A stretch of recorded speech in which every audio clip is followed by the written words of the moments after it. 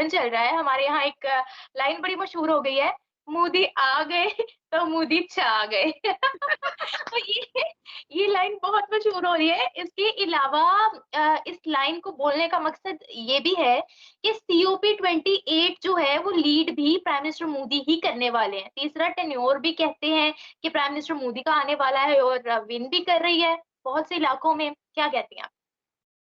वंदे मातरम, भारत माता की जय। वाक़ई में आज का दिन हमारे लिए बहुत बड़ा है। हाँ, लेकिन ये वाक़ई में बहुत खुशी हुई है मुझे। हमने जितनी मेहनत की है, कार्यकर्ताओं ने जितनी मेहनत की है और 3 राज्यों में, 3 हुँ, स्टेट में इतनी भारी बहुमत से जीत और एक-एक कैंडिडेट, एक-एक विधानसभा के भारतीय जनता पार्टी के एक-एक एमएलए की जीत जो है वो 1-1 लाख वोट से हुई है। कहीं ओह! 80,000, कहीं लाख, ऐसा नहीं कि 5,000, 10,000 वोटों से उन्होंने जीत हासिल की है। लाख-लाख, डेढ़-डेढ़ लाख वोटों से उन्होंने जीत हासिल की है, जो नॉर्मली हम लोग लोकसभा इलेक्शन में देखते हैं, मेंबर ऑफ पार्लियामेंट जब बनते हैं, लेकिन ये हुँ, विधानसभा में ऐसा हुआ है। बहुत खुशी हुई है। बिल्कुल। बहुत दिल को राहत मिली है और ऐसा एहसास होने लगा है कि भारत के हिंदू जो है ना, वो अब एक मुट्ठी हो चुके हैं। वो अब कोई कितनी भी कोशिश कर ले, भारत अब हिंदू राष्ट्र बनकर रहेगा और उसकी सबसे ज़्यादा खुशी निम्रा मुझे होगी, सबसे ज़्यादा खुशी मुझे होगी क्योंकि 1947 में जब धर्मों के आधार पर जब 2 देश बन ही चुका था और मुसलमानों के लिए पाकिस्तान बन ही चुका था, तो हिंदू राष्ट्र तो भारत को होना ही चाहिए था, बिल्कुल होना चाहिए था। और मुझे ऐसा लगता है कि आने वाला वक़्त जिस हिसाब से भारत के प्रधानमंत्री काम कर रहे हैं, जिस हिसाब से भारत के प्रधानमंत्री ने 9 साल में भारत को इस पूरी दुनिया में मतलब छा गया है भारत। कोई भी ऐसा देश नहीं है जो भारत के बारे में बात नहीं करना चाहता है। कोई भी ऐसा लीडर नहीं है जो भारत की तारीफ नहीं करना चाहता है। कोई भी ऐसा कंट्री नहीं है जो भारत के साथ अपने रिलेशन दुरुस्त नहीं करना चाहता है। तो बहुत खूबसूरत लम्हा हमारे लिए आया है और मैं भारत के प्रधानमंत्री श्री नरेंद्र दामोदर दास मोदी जी को एक व्यक्ति तो नहीं मानती हूँ, मैं उनको भगवान का अवतार मानती हूँ, जिस पर काफ़ी लोग मुझे स्पेशली मुसलमान लोग मुझे ट्रोल करते हैं, बट मुझे कोई फ़र्क नहीं पड़ता है। कोई लेकिन मैं मुझे आपको बताऊँ, आज मैं देख रही थी वीडियोज़, मुसलमान भी काफ़ी खुश हैं प्राइम मिनिस्टर मोदी की इस विन को लेकर। मैं देख रही थी मुसलमान औरतों ने स्पेशल रोज़े रखे हुए थे और बड़ी खुश हैं। मुस्लिम महिलाएँ बहुत खुश हैं। मैं तुमको करेक्शन हाँ, कर हाँ। मुस्लिम महिलाएं बहुत खुश है मोदी जी के छा जाने से और आ जाने से। पर मुसलमान मर्दों के दिल से पूछो, मुसलमान मर्दों के और जितने भी दाढ़ी टोपी वाले, देखो मैं आ, ऐसा नहीं है कि भारत में अगर अगर कोई गलत है तो मैं इसको छुपा दूंगी। जैसे आप अपने पाकिस्तान में कराची में ही एक कॉलेज है, आईजीएम आपके यहाँ, वहां पे छोटी छोटी बच्चियों के साथ प्रिंसिपल बलात्कार करता था। आप उसके बारे में जनता से भी अपनी बात नहीं कर सकती और आप मुझसे भी बात नहीं कीजिएगा, मुझे पता है। मैं जानती हूँ भी आप एकदम स्टैचू बन जाइएगा, बुत जैसा मुंह बना लीजिएगा, आपके मुंह से ना हाँ निकलेगा ना ना निकलेगा। अब जैसे ऑनर किलिंग आपके पाकिस्तान में होता है, अब जैसे ऑर्गन ट्रैफिकिंग आपके पाकिस्तान में होता है, तो आप ये कंटेंट लेकर के जनता के पास नहीं जा पाइएगा, नहीं तो आप ही वापस नहीं घर आइएगा। पर हमारे यहाँ भारत में ऐसा नहीं है। हम बुरे को बुरा बोल सकते हैं, हम अच्छे को अच्छा बोल सकते हैं। फ्रीडम तो ऑफ स्पीच है। हम हमारे पास फ्रीडम ऑफ स्पीच है, हम बोलेंगे। और मेरे जैसी लड़कियां, मतलब मुझे टारगेट, मैंने तुमसे ही डिस्कस किया था कि मेरे ऊपर भी बहुत सारे अटैक हुए हैं, मुझे भी हुँ, बहुत गालियां पड़ती हैं, मेरे भी इंस्टाग्राम के हाँ। कमेंट को जाकर के देखो, गंदी गंदी गालियां हैं। पर वो देने वाला कौन है? मुसलमान। मुसलमान।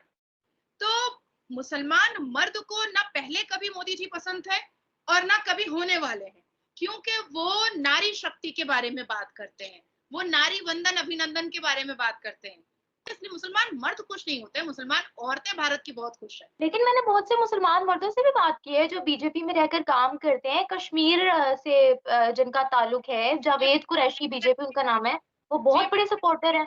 अगर काम कर रहे हैं तो इसका मतलब है कि उसका मतलब है कि वो उनके अंदर इतनी हिम्मत है कि वो अच्छे को अच्छा बोले और बुरे को बुरा बोले, तभी वो बीजेपी में काम कर रहे हैं, अदरवाइज नहीं कर रहे हैं। हुँ, तो जितना ज्यादा मैं भारत को जानती हूँ, मुझे इतनी उम्मीद है कि उतना ज्यादा तो आप भारत को नहीं जानती होंगी, क्योंकि हर रोज मेन स्ट्रीम मीडिया में मुल्लाओं से लड़ना तो हमें पड़ता है, हर रोज मेन स्ट्रीम मीडिया में झगड़ा तो हमें करना पड़ता है। हाँ, बिल्कुल, वो वहाँ पर जो हालात है वो तो आप बेहतर तरीके से जानती हैं। अभी हालिया में देखो ना, मुजफ्फरनगर में उत्तर प्रदेश के मुजफ्फरनगर में श्री राम कॉलेज की कुछ मुस्लिम लड़कियों ने हिजाब में फैशन शो किया था, राम शो किया हुँ, था। अब धमकी दे दिया जमायतुल उलमा हिंद ने कि तुम लोग पे केस करेंगे हम तो सुप्रीम कोर्ट चले जाएंगे। अब हर बच्चियां तो सुप्रीम कोर्ट जा करके पैसे नहीं खर्च कर सकती ना। अब बेचारी बुल्लाओं को भी खुश कर रही हैं, हिजाब भी पहन रही हैं, बुरखा भी पहन रही हैं, स्कार्फ भी पहन रही हैं, फिर भी अपनी क्रिएटिविटी दिखा रही हैं, लेकिन फिर भी हुँ, उनको धमकियां मिल रही हैं, फिर भी उनको हुँ, उनको थ्रेट किया जा रहा है। ये सारे दाढ़ी टोपी वाले थ्रेट करने से पीछे ही नहीं हट रहे हैं। बात ऐसी नहीं है कि यहाँ पर मुसलमान बहुत खुश है, नहीं। मोदी जी से और भारतीय जनता पार्टी से मुसलमान हुँ, मर्द कभी खुश हो ही नहीं सकते हैं। वो हाथ में 10, 12, 15, 20, 25 हम गिन सकते हैं जो लोग मोदी जी को बहुत प्रेज करते हैं, जो लोग मोदी जी को बहुत प्यार करते हैं। अब आती है बात कि बोरी मुसलमान मोदी जी से बहुत मोहब्बत करते हैं। हुँ, शिया मुसलमान बहुत मोहब्बत करते हैं, एक्सेप्ट पूरे भारत का 7% सुन्नी मुसलमान को छोड़ करके सारे फिरके के लोग मोदी जी को बहुत पसंद करते हैं, पर सुन्नी मुसलमान का मर्द मोदी जी को पसंद नहीं करता है। ये बात मैं साफ छुट्टे अल्फाज में बोल रही हूँ, क्योंकि मोदी जी का कहना है कि तालीम हासिल करो, क्योंकि मोदी जी का कहना है कि शिक्षा ही आपको आगे लेकर आएगी, और ये चीज सुन्नी मुसलमानों को हजम नहीं होता है। अब हुँ, बात आती है कि 3 राज्यों में हमारी भारी बहुमत में जीत हुई है, भारी बहुमत में जीत हुई है। और काफी बिजी रहे हम सुबह से, और इस दौरान भी काफी बिजी शेड्यूल चलता रहा। वर्ल्ड कप के वक्त में कांग्रेस के चश्मो चिराग राहुल गांधी जी ने हमारे भारत के प्रधानमंत्री श्री नरेंद्र दामोदर दास मोदी जी को पनौती कहा था कि पनौती बैठ गया और भारत हार गया। अब लीजिए भैया, वही पनौती गांधी परिवार के चश्मो चिराग राहुल गांधी के लिए फिर से एक बार चुनौती बनकर के सामने आकर खड़े हो गए हैं। राहुल गांधी ने ऐसे हालात बना दिए थे इलेक्शन से पहले, तुम कौन से जात के हो, तुम कौन से धर्म के हो, वो मीडिया वाले से भी पूछते थे। आप ओबीसी से हैं, आप जुलाहे हैं, आप शेख हैं, आप डोम हैं, वो ये कर रहे थे। वो अपने प्रेस कॉन्फ्रेंस में भी वो धर्म के आधार पर मीडिया को भी बांटने की कोशिश कर रहे थे। तो जो पार्टी कांग्रेस की कभी भारत में मुल्क की पार्टी हुआ करती थी, अब वो कांग्रेस की पार्टी मोहल्ले की पार्टी होकर रह गई।